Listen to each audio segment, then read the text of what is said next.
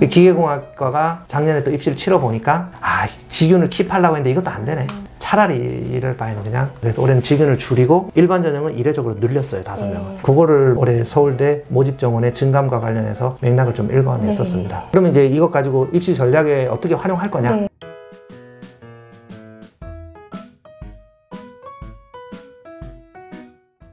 서울대는 전공 연계 이수 과목 정성 평가 그에 따른 변화, 이 부분을 짚어보는 게 요거는 의미가 있을 것 같습니다.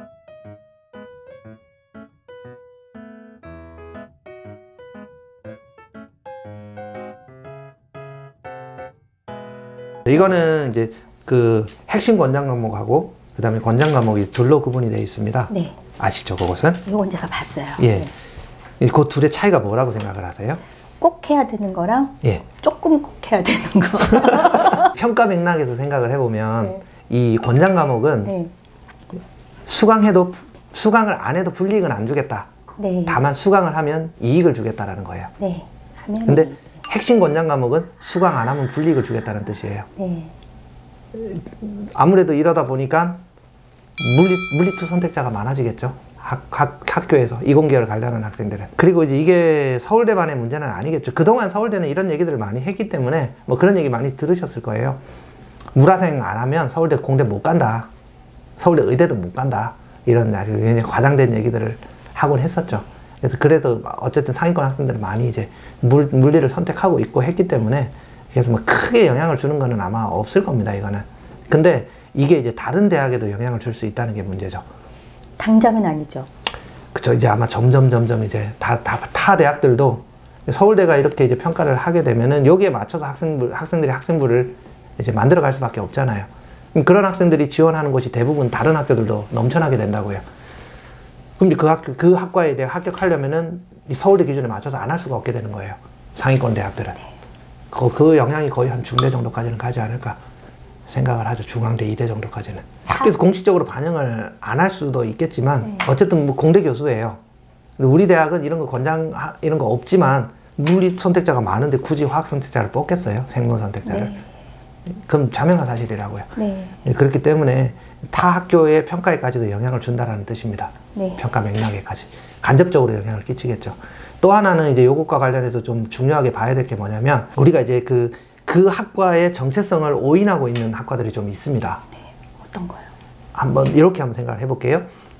영재학교 학생들이 영재학교 학생들은 나름대로 이제 자기가 어떤 트랙을 탄다라고 얘기합니다. 과목 선택에 있어서. 뭐 수학 트랙을 타는 학생이 있고 물리 트랙을 타는 학생이 있고 이 물리 과목을 쭉 심도 있게 선택을 한다는 뜻이에요. 그리고 의대 가는 학생들은 아무래도 화학 생물 쪽으로 트랙을 타겠죠. 그리고 화학 트랙만 또 타고 가는 학생도 있습니다. 그러면 이렇게 내가 화학을 열심히 했는데 화학을 중점적으로 공부를 했는데 근데 성적이 아주 좋아요. 그럼 그런 학생들은 의대를 안 간다고 하면은 보통 서울대학교 공대를 갈 때 화학생물공학부를 지원하거든요. 근데 그럼 그 화학생물공학부 지원하기에는 성적이 좀 안 좋아. 좀 떨어져. 그 밑은 가능할 텐데. 그럼 생각하는 모집단위가 어디냐면 재료공학부를 선택을 해요. 거기서 조금 부족하다 생각하는 학생들이 에너지자원공학부를 선택을 하거든요. 이 세 학과가 전부 다 이제 화학 중심으로 이제 꾸려지는 학과라고 오해하고 있는 경우들이 많이 있습니다.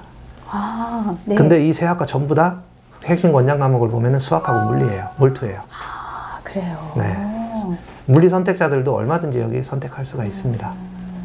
이 부분은 좀 놓치지 말아야 되지 않을까 생각을 합니다.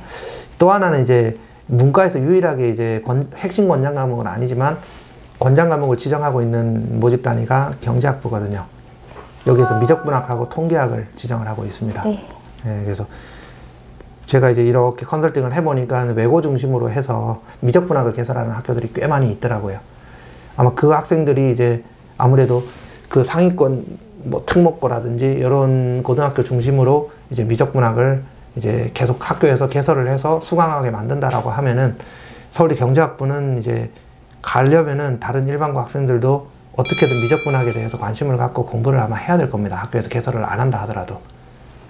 어딘가에 또 남겨야 되겠네요. 그렇죠. 뭐 동아리를 한다든지 진로 활동을 한다든지 해서 수학은 좀 미적분학까지 공부를 해야 서울대 경제학부를 가는데 지장이 없지 않을까 그런 생각을 하고 있습니다. 아직까지는 그 수준이 미미하다라고 할 수는 없고 조금 여파가 덜 할 것 같은데 이게 점점 커져갈 것 같거든요.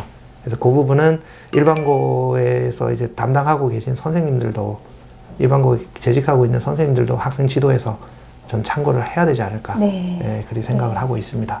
아주 잘 알아들었어요, 선생님. 네. 그 수시 모집 인원은 지속적으로 줄여가고 있는 추세예요. 올해에도 서울대요. 네, 서울대는 줄지는 않았습니다. 실질적으로 줄어든 인원은 없고요. 네. 이제 거기에 이제 줄어든 것처럼 보이는 이유가 뭐 때문이냐면 직윤이 많이 줄었거든요. 직윤이 줄어든 이유가 뭐냐면 기회균형을 확대를 했습니다. 서울대가. 기회균형에서 사회통합전형이라는 걸 만들었어요. 그렇게 직윤이 줄어들었지만 사회통합전형이 늘어났기 때문에 아무래도 그 여파는 그렇게 크지는 않지 않을까라는 생각을 합니다. 다만 이제 그 안에서 좀 주목해서 봐야 되는 이슈가 있습니다. 네.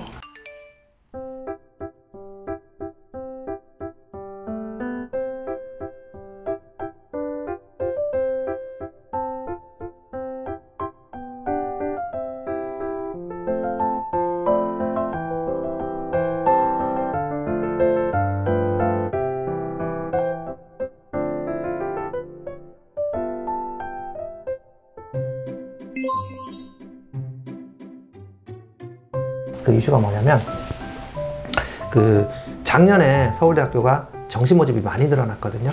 늘어날 때 저는 어디에 주목해서 봤었냐면은 그 정시 모집에 늘어난 인원을 만들어내기 위해서 어디서 빼왔는지. 예, 그렇죠. 일반에서 빼왔는지 직윤에서 빼왔는지 그걸 주목을 해서 봤다고요. 그걸 볼 때 이제 직윤에서 주로 이제 빼온 모집 단위는 일반에서 뽑을 자신이 있는 거예요. 일반에서 학생들을 조달하기 우수한 학생들을 얼마든지 우리는 뽑을 수 있다는 자신감이 있는 학과들이었어요. 어디냐면은 전기정보공학부, 컴퓨터공학과, 그리고 화학생물공학부. 근데 어쨌든 이제 그거 보면은 작년에 정시 모집 인원을 늘리면서 좀 고민을 많이 이제 했던 흔적이 남는 모집 단위가 있었어요. 거기가 어디였냐면은 이제 그 기계공학. 기계공학이 최근에 인기가 많이 떨어졌잖아요. 그러다 보니까 우리가 기계공학 하면은 아, 이게 자사 특목고 우수 일반고 학생을 그냥 얼마든지 이제 뽑을 수 있는 모집 단위다라고 생각을 하잖아요. 그래서 여기는 당연히 이제 직윤을 줄여서 정시 모집을 키웠을 거라고 생각을 하는데 작년에 기계공학은 일반을 줄였어요. 이제 전자, 컴퓨터 이쪽으로 너무 이제 많이 학생들을 뺏기거든요. 그러니까 차라리 이제 직윤을 킵하는 게 좋겠다라고 생각을 했던 것 같아요. 충성스러운 집단에서 뽑아오겠다는 거죠. 그리고 그런 또 시름이 좀 깊었던 모집 단위가 작년에 어디였냐면 재료공학이었어요. 재료공학은 아까 화학한 학생들이 지금 많이 한다 그랬잖아요. 이것도 여파를 받겠죠. 약대가 생겼잖아요. 그래서 재료공학도 작년에 일반을 줄였어요. 그렇게 줄여서 이제 모집 만들었는데 올해 기계공학이 이제 사회통합전형의 인원을 어디에서 조달했는지를 제가 봤어요. 유심히 봤는데 공대는 주로 이제 직윤을 줄여서 사회통합전형을 만들었거든요. 취지상 그게 맞잖아요. 두 전형의 성격이 비슷하잖아요. 대부분은 그렇게, 농생대도 그렇게 다 만들었거든요. 근데 딱 공대에서 기계공학과가 어떻게 했냐면은 일반 전형을 늘렸어요. 직윤을 줄이면서. 그리고 화학생물공학부는 아예 일반 전형을 빼서 사회통합전형을 만들었어요. 이거 좀 이례적이죠. 그죠? 이례적이죠. 화생공은 약대의 영향을 안 받을 거라고 생각을 했던 것 같아요. 작년에. 그랬는데 뚜껑을 열어보니까 엄청나게 영향을 받았겠죠. 약대 때문에 그냥 일반 전형을 줄이는 게 낫겠다. 이렇게 판단을 한 것 같아요. 제 개인적으로는. 그리고 이제 기계공학은 작년에 제가 컨설팅을 해보니까 학생부를 이제 공학 중심으로, 물리 중심으로 막 꾸려온 학생이 있어요. 성적도 우수해요. 이런 친구들이 서울대 지원할 때는 감히 이제 공학 계열 외에 다른 계열을 지원을 못 하겠죠. 예를 들어 이 학생이 뭐 생명과학을 지원하겠어요. 화학과를 지원하겠어요. 못 한단 말이에요. 물리 중심으로 했기 때문에. 약대를 지원하려고 해도 서울대는 학종이기 때문에 지원할 수가 없죠. 이런 친구들이 서울대 기계공학을 학종으로 지원하면서 직윤이나 일반 전형으로 지원을 하면서 특히 직윤으로 많이 지원했어요. 지방 학생들이 많았기 때문에. 직윤으로 지원하면서 하나 걸치고 약대를 그렇게 많이 썼어요. 그럼 이 약대는 뭘로 쓰냐면 교과 전형으로 씁니다. 딴 데는. 그럼 교과 전형 학생 내용이랑 상관없잖아요. 작년에 기계공학과에 그렇게 빠져나간 인원이 엄청나게 많았을 거예요. 기계공학과가 작년에 또 입시를 치러 보니까 아, 직윤을 킵하려고 했는데 이것도 안 되네. 차라리 이럴 바에는 그냥 자사 특목, 특히 영재교 같은 데서 조금 성적이 낮은 수준의 학생이라도 우리가 받는 게 더 낫겠다. 이런 판단을 하지 않았나 그런 생각이 듭니다. 그래서 올해는 직윤을 줄이고 일반 전형은 이례적으로 늘렸어요. 5명을. 네. 네, 이런 선택을 하고 있더라고요. 이제 그거를 뭐 저는 올해 서울대 모집 정원의 증감과 관련해서 맥락을 좀 읽어냈었습니다. 예. 그러면 이제 이것 가지고 입시 전략에 어떻게 활용할 거냐? 네. 이렇게 질문이 들어오잖아요. 네. 그죠? 질문 하시려고 그랬죠? 그럼 이제 기계공학은 네. 이 뭐 여기 이 지역 명문고라든지 대치동 지역의 명문고라든지 네. 자사 특목고, 과학고, 뭐 영재고, 전국 단위 자사고 이런 학교에서 네. 조금 성적이 어중간하다 싶으면 기계공학을 과감하게 일반 전형으로 서울대 지원해보는 것도 전 나쁘지 않다고 봅니다. 아마 적극적으로 뽑아줄 의지가 있지 않을까 이런 생각을 했어요. 인원이 옮겨가는 걸 보고 이런 예측을 하시는 거네요.